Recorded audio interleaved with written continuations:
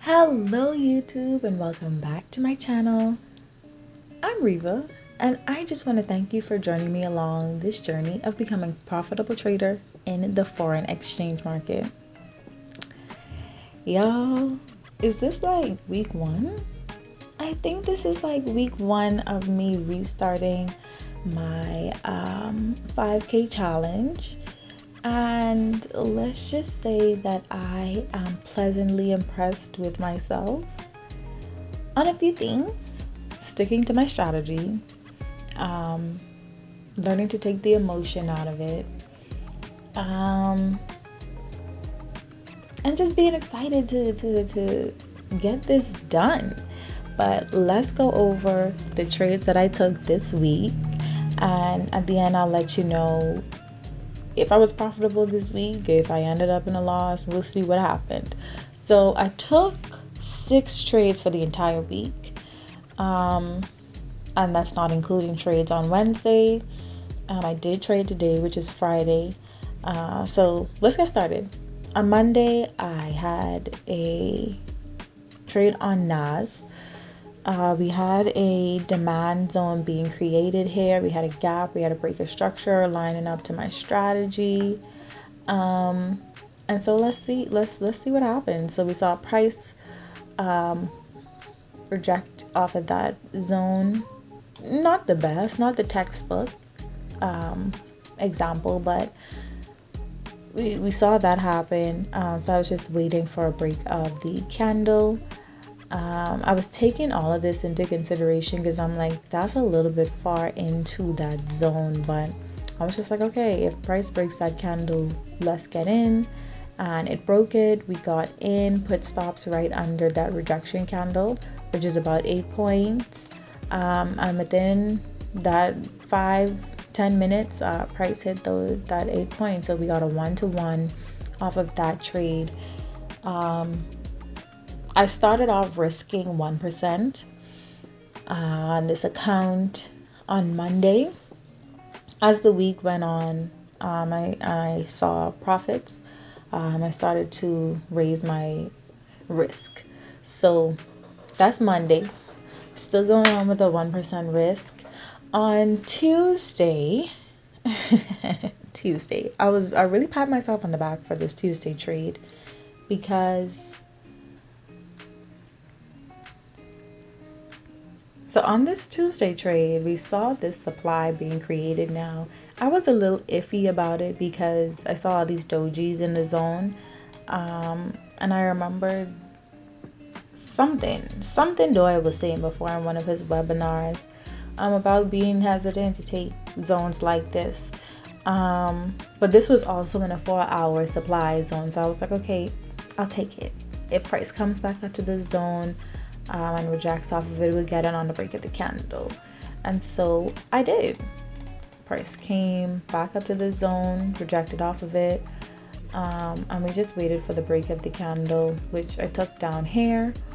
But I was actually stopped out of this trade, which was a 5-point move. I was stopped out of this trade, and then I saw this happening. I noticed a liquidity grab, and I gotta pat myself on the back because this is the first time I've noticed it. First time I think I've ever seen it live, and I'm able to identify it. So I got in again after the break of the candle, and we got in right there. We had us a 5-point move on Tuesday. So yeah, that was that. We had basically made back all the losses that we made from that earlier trade. My third trade this week was a US 30 trade. Now y'all, all the other trades I have were like 0.5s, 0.79 when it was on NAS.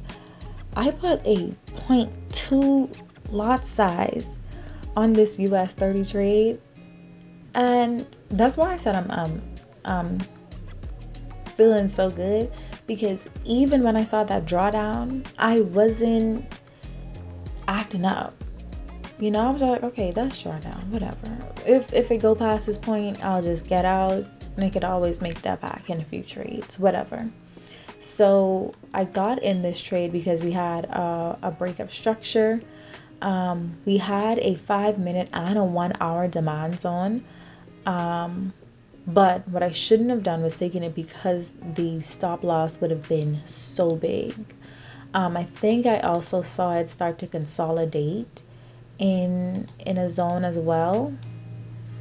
But I got in on the break of this candle, which I also technically it was a break. So that's why I got in, but that was like a 59-point move.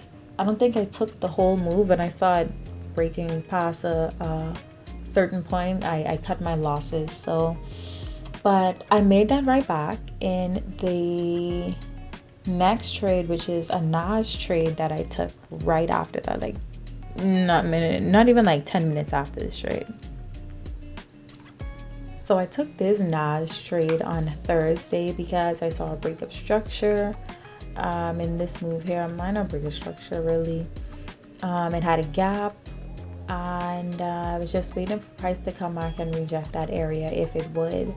I got in at the break of the candle, and we took a 1-to-1 20-point move, which was again basically giving me back all the profit that I had just lost on that US 30 trade. So y'all, I was like, I don't care what you say, a win is a win. Okay.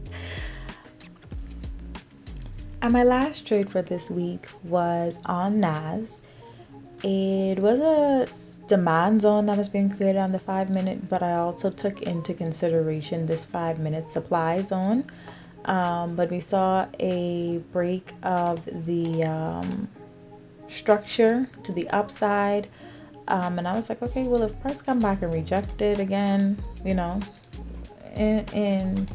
confluence with my strategy, I'll get in. We saw that, a really nice rejection. I got in on the break of the candle. I was a little iffy about getting in on this one because I was like, I don't really know if that broke it. So let's wait for confirmation. We had a confirmation right there. So we got in on the break of that candle. We put stops right below this this move right here. And we got our 1-to-1, 11 points. And so that ended me in a week of profit, really. I noticed from this week that I did much better job than how I ended off, obviously, with the last challenge. But I did a better job at sticking to my strategy and identifying more than just supply and demand zones. So liquidity, like those support and resistance zones as well. But knowing that support and resistance is my main strategy, I was able to stick to that. But, you have to be able to change it up if you see like the market moving in different ways. But I was certainly happy about how I ended this week. Like I said, I upped my risk percent, so I went from 1% to 2%, and I realized that if I lose a trade, then I'll go back down to 1%, but if I win it again, I'll continue with the 2% until I pass this challenge.